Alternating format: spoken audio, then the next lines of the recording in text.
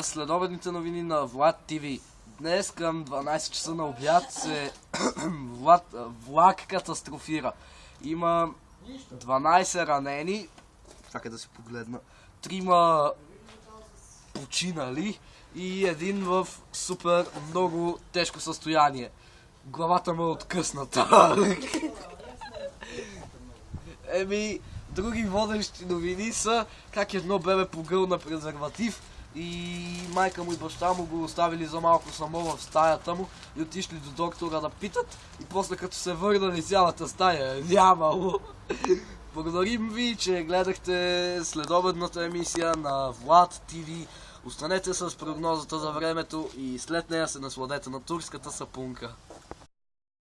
Вие сте с времето с Владимир Петров.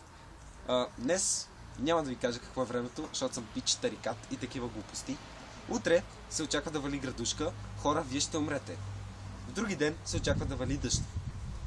Хубаво за циганите. Купете си сапун от магазини Мания, хиляди желания и нека такива глупости. В други ден, което се пада... Четвъртък ще вали отново градушка. Моля, не си закривайте колите. Сервизите трябва да печелят пари. В петък очакваме слънцето да падне в земята, да я изгори и да бъде много топло. В събота ще има много потопи, хората ще измират и в неделя идват сепаратисти от Междузвездни войни, ще се стрелят тук войници Гривас Мивас. Това беше всичко от мен за тази следобедна вечер.